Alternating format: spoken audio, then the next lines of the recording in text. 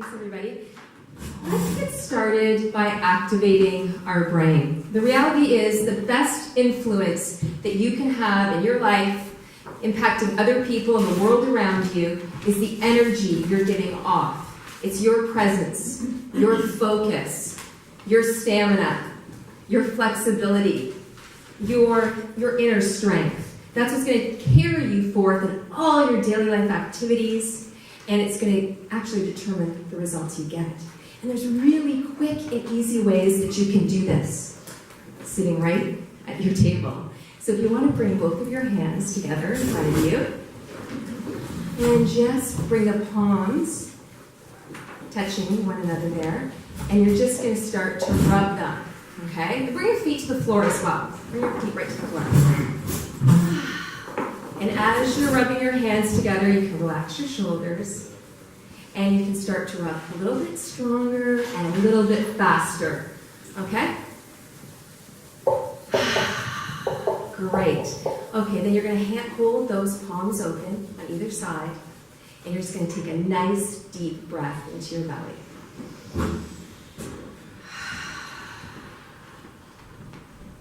Nice. Okay, good. And then you can bring those hands down to your side, pull them up, or clasp them in front of you. It's up to you, whatever feels best. All right, so to get started, I'd like to ask you a really important question. It may be the biggest and most important question of the day. It may be a little personal, but your answer is crucial to the results that you are getting in your personal and professional life. How many of you took time to turn on your brain this morning? Okay, that's great. A few of you have. Excellent, excellent. And other people are saying, what? Turned on my brain? You mean just because the alarm clock went off and my eyes were open, I need to do more? My brain wasn't fully turned on? The reality is just because the alarm has gone off and your eyes are open, that does not mean you're fully awake. Just because you're standing upright and you've got your work clothes on, this does not mean that you're ready to engage fully in your day. Just because you've arrived at your office and you're in front of your desk and you have lists of tasks to do, emails to respond to, conversations to have, phone calls to make, projects to work on, it does not mean you're going to be able to execute on those tasks. And just because you have people in your life that you care about and you love, it does not mean that you can really connect and enjoy their company. You need to put yourself in that optimal state so you can perform those skills, perform those tasks, and deliver on those demands and get the results that you're looking for. So I'd like to ask you a few questions and just see where you stand on this. How many people have tools that they use in their life to actually activate their brain? Okay, great. So I'm kind of in a way preaching to the choir here. But in my experience of the past 15 to 20 years of doing this work, it has been obvious and it's a reoccurring theme to see that people who do these types of strategies on a daily basis get incredible results. And those who don't are not getting the results they want. In fact, they're not. What's unfortunate is they're frustrated, they're blocked, they're repeating the same issues over and over again, and they can't understand why. And the difference really is between stepping into that driver's seat and being the person who implements the strategies, the personal self-care strategies, that would take them on the road to the destination they want to go. And so I'm going to give you some examples of those. I'm going to talk about turning on your thinking caps, activating your brain buttons, having tools that will energize and replenish your system, and giving your body the raw materials it absolutely requires on a daily basis to put your system in its optimal functioning and to get the best out of it. So if you want, we're going to tip of the iceberg here. If you want more information, we have booths over there. We have resources. I have lots of information and videos on my website. Feel free to go there as well. Before we address the how-to, before you look at how do you optimize your brain and how do you do this, I'd like to draw something to light. And you probably already realize this, but maybe you haven't looked at it this way. All of us here are in every moment of every day influencing our lives, for better or for worse. Every thought you have, every action you take, every word you speak, every environment you choose to spend your time in, every interaction you have is having an impact. And that is your influence. And the question is the impact you're making satisfactory to you? Are you happy with the results? Take a moment to consider these particular areas, for example. Your health. Is your health where you'd like it to be? Are you feeling energized, vital, strong immune system, warding off premature aging and early warning signs and disease? Are you in that optimal place where your health is working for you versus against you? What about in your career? Are you finding it rewarding? Are you enjoying the ride? Are you making progress? Are you going in the direction you like to be going? Think about your relationships. Are they rewarding? Are they enjoyable to you? Are you feeling that you're really connecting with the people you care about?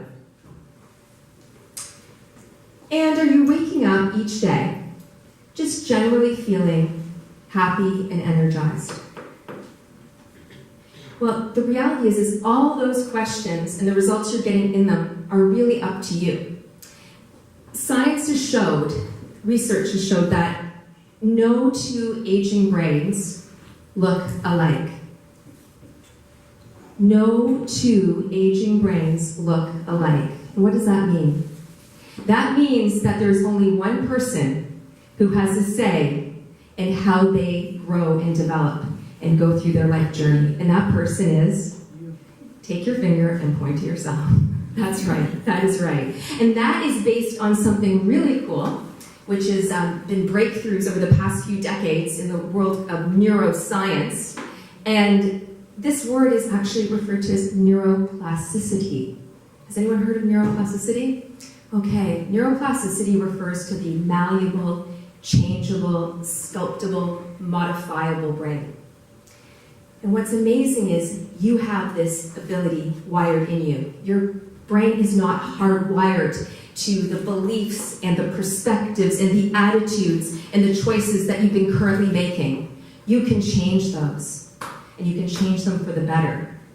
Because your brain is a jelly-like substance, and you have about 100 billion brain neurons, brain cells, running through your whole system on a daily basis, working 24/7, all like little tiny computers, doing wonderful, marvelous things to keep you alive, and they want to thrive. They want to work in your best interest, and you can direct them. And so what does this make you? This makes you, each and every one of us, in this room, in this community, on the planet, it makes every single one of us a neuroplastician. So take a moment, and you can try that on. Have you considered that you are a neuroplastician? Because you are. You are continually working with the plasticity of your brain. You are sculpting it by your thoughts, your choices, your interactions, the food you eat, the sleep you're getting, once again, the environments you're spending time in, the people you're interacting with. All of that is defining who you are. And it's based on another key concept that says how you fire it is how you wire it. So you're continually working on this map, this wiring, and defining it, and customizing it, and creating it according to you. Do you like your results? Are they the results you want to be getting? So on that note, I think that is the big issue, is that a lot of people do not realize that they have this power. And this science has not been around for a long time. It's only a few decades that neuroscience has existed, and words like neuroplasticity, neurogenesis, synaptogenesis, things like that talk about our system, how it can change and rebuild, and we can activate and grow new brain cells all the time, from birth till death. People don't realize that. So this is cutting edge knowledge, and it's wonderful for you to come out and take time to learn about these types of things, because you can use it in your favor. So, knowing that you have this amazing computer, this amazing system in you that is more complex, more sophisticated, and more powerful than any technology on the planet, let's talk about caring for it. And then let's talk about optimizing it. So in the time I have with you, I'm going to cover 3 of my favorite areas. They're kind of the cornerstone of everything else. Now, there are lots of ways you can sculpt a fit brain, and I'm going to give you a visual of what that looks like too. What we're talking about here is we're talking about using strategies at home and in day-to-day life and at work to move from using a limited portion of your brain to your whole brain potential. And there's a drastic difference when people move from using this small amount of resources, this kind of stress-based way of functioning, which is flight, fight, or freeze. And they consciously say, I'm no longer going to be in the rat race. I'm no longer defaulting to my limited habits. I'm no longer going to go according to the status quo. I'm going to expand and be the best version that I can of me. It's amazing, first of all, how quickly that will start to happen and how possible it is for you to do. So there are 3 components that I'm going to cover in this conversation, and there's many more. And I offer training, hour-long keynotes to 2-hour workshops, half-day, full-day, 2 and even 3-day certificate classes, programs. So really, you can take this as far as you want to. Okay, this is the starting point. Number 1, we're going to look at mindset. So the reality is we have a lot of thoughts every day. In fact, 60 to 70,000 thoughts per day. The research shows that the thoughts that you're having, the thousands, tens of thousands of thoughts that you're having every day, are repeats from the day before. So in fact, you are living that movie Groundhog Day without even realizing it, unless you take conscious and strategic control of your thinking. But why do we default? It's easier. It's comfortable. We've been there before. We know what to expect. But the reality is that is a limited place, because we aren't expanding, we're not growing, we're not learning new things, we're not building the muscle. And so you can strategically pause. And this is how you're going to question your thoughts. You're going to take a moment and breathe deeply and pause and question the thoughts you're having. You can start playing with any thought, but especially thoughts that are challenging you, especially thoughts that are difficult, especially thoughts that are bringing you down, and start questioning them. You don't have to change them immediately. You just need to question their validity and be curious if there might be another way to look at it. And this is building a new muscle. You're practicing a new way of thinking, really. Because if you want to do things differently, you need to think differently. Our thoughts lead to our actions, lead to our experiences. And our experiences are what crystallize this inner neurological map inside of us. So you want to do things differently, you just start thinking differently. Okay? So play with that. Most of us are in a regular routine, going at a certain speed and certain kind of way of being and operating in our regular day-to-day life. And what you have an opportunity to do is slow that down.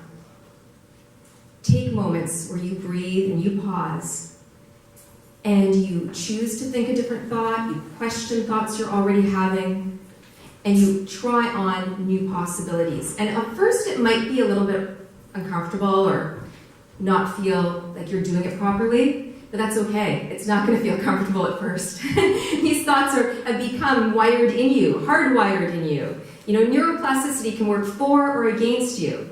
So your current way that's not working has become your comfort zone. So to start to question it, your system is going to not be too sure about that. But you're not needing to take new action immediately. You're simply questioning. Okay, and from that place, then what you're going to do is you're going to ensure that you're not just thinking from a stress reaction. And most people are. Part of this is that we're just quickly grabbing a thought to make us feel comfortable because we're in stress.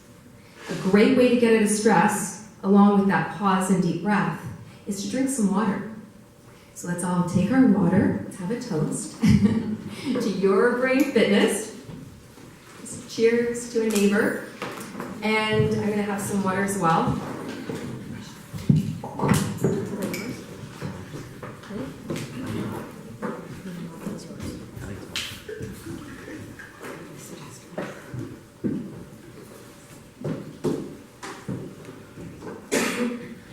Great. I was saying in brain fitness, if you're thinking, you're drinking. Water, of course. So making sure you're hydrated is key. Water is the most important element. It's what we're primarily made of. And you wouldn't expect a recipe. Say you're in your kitchen, you're following a recipe, and the main ingredient you decide to just leave out.